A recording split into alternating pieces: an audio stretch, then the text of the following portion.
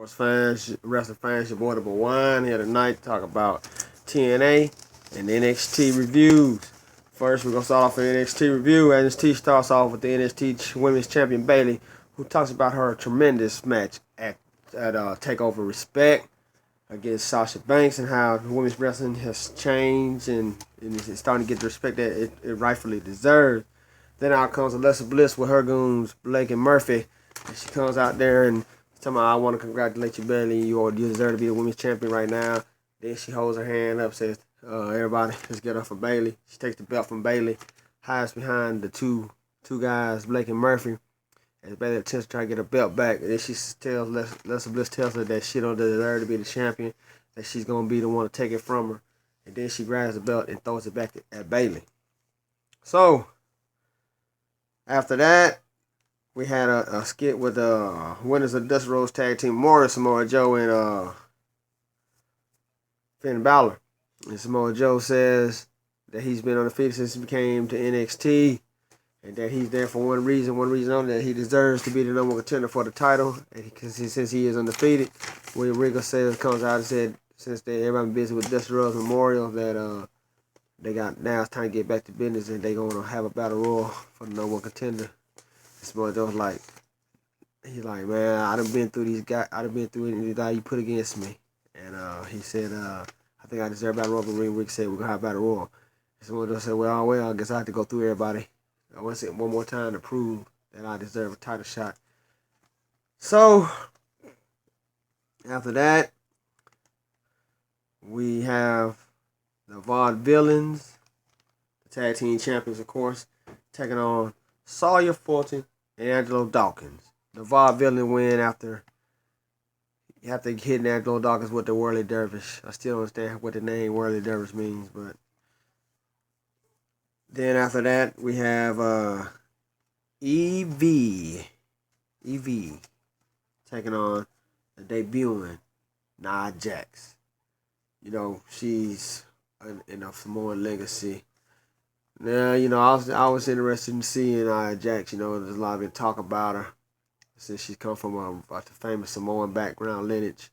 You know, the cousin of the Rocks. You know, and the Usos and Roman Reigns and all that. She has that blood in there, so she she was born and bred into this business. Of course, she made an awesome debut. Gotta say, man, she's a beast. I mean, she reminds me a lot like Tamina, but I think a little bigger and a little stronger than Tamina. But she just dominated her match, picks up the victory. She kind of reminds me of a Samoan type of Awesome Kong, kind of, and the other Tongan lady, Lady Topper. You know, so she's pretty big. You know, I didn't realize she was that big till I seen her debut, but she's kind of huge. You know, but I think she's gonna be a force to reckon with in this company. I see her being a lot more dominating than Tamina was. You know, I think Tamina could be a dominant diva as well, but they're not using her character in the right way, and I hope that they don't do the same with Nia Jax. Maybe one day they end up putting them together and they form a team, or maybe if you form a team and just dominate women's division. Like two powerhouses like them, should nobody be able to control them, especially as strong as they are. But so after that, we finally go to our battle royal for the number one contendership. In this battle royal, it finally came down to two men, Apollo Crews and Baron Corbin. Apollo Crews throws Baron Corbin out, eventually earning and winning the battle royal, earning the number one contendership for the NXT title. So congratulations to Apollo Crews. But I still think that he ain't been there that long enough. I think somebody else should think. But I thought maybe Baron Corbin, Samoa Joe might have pulled it off. You know, I didn't think they was gonna hype Apollo Crews up as fast as they have. But you know, he's a rising star, man. Not taking away from Apollo Crews, because I think he's a tremendous, gifted, athletic guy. You know, somebody for his size to do the things he does. You know, it's pretty impressive. So you know, I'm not taking away from him. I don't say he don't deserve it. I just felt like that they moved him up too quick in the company to give him a title shot already. But, you know, like I said, congratulations to Apollo Crews, though. You know, I mean, if that's who they feel like is the future, then hey, I'm all for it. Maybe they might know something. So that is the end of that NXT. Now we're going to TNA review. The TNA, as last week they started a championship series. And before I get started, I'm gonna give you a list of the groups, all 8 groups, and the people that's in each group. So we're gonna start off with a group team specialist. We have Matt Hardy, David Edwards, and David Richards and Eddie Edwards, and Robbie E. in the tag team specialist. In Group 10A originals, we got James Storm and Vince Bob Rude and Eric Young. In Group UK, which they wrestled last week, we had Drew Galloway's Rockstar Spud Greater and Brown. In Group Wildcard, we got O'Shea, Kenny King, Crazy Steve, and Mojave Cheryl. In Group Knockouts, which they also wrestled last week, we had Gail Kim, Brooke, Awesome Kong, and Madison Rain. In Group Champions, which they wrestled last week, also we had Austin Aries, EC3, Bobby Lashley, Mr. Anderson. In Group X Division, we had Tigre Uno, DJ Z, Mandrews, and Manic. In Group Future 4, we got Eli Drake, the Adonis, Jesse Goddard, Crimson, and the son of the great Haku, Micah. So that's the list of all the groups and all the people that's in them groups. So now TNA starts off with the continuation of this championship series match, which means how it goes is all 4 guys in each group gonna have to face each other one time, and the 2 guys with the most points advance to the next round. So you get 3 points for a victory, 1 point for a count out, and I forgot how many points you get for a no DQ. I'm gonna get no points for disqualification. But so our first match was for the group tag team special. We had Matt Hardy versus Dave Richards. Matt Hardy wins with Twist of Fate, earning 3 points. Then we had Kenny King versus Doche in a group wild card. Kenny King picks up the victory with the springboard blockbuster, picking up 3 points. Then we had in the group originals, we had Eric Young versus the Monster Abyss. Abyss wins with the Black Hole Slam, picking up 3 points. Then we had Robbie versus Eddie Edwards. A lot of people in this tag team special, nobody thinks that Robbie is going to succeed. They feel like he's going to be the first man out of the equation because he hasn't proved himself yet. But Robbie E picked up the victory, earning the 3 points. So then we had Crazy Steve versus Mojave Shearer in the wild card. Shearer wins with that Sky High, earning him 3 points. Then we had James Storm versus Bob Roode, which is the main event in group originals, when Roode picks up the win at the end with the Fisherman Buster, earning 3 points. So next week's the main event is gonna be EC3 and Bobby Lashley in group champions. So pretty good show. It's gonna be a while before they have a new world champion. So I'm just trying to see how it's gonna play out, especially when after these round of the first round completes. With the women. I wonder how this gonna fare for them because I don't see them advancing. I wouldn't be surprised when they're gonna make the final 4. Just to build, just for try to get some ratings. But pretty decent shows tonight. Like the idea of the world title series. Giving everybody has a chance to become TNA champion. But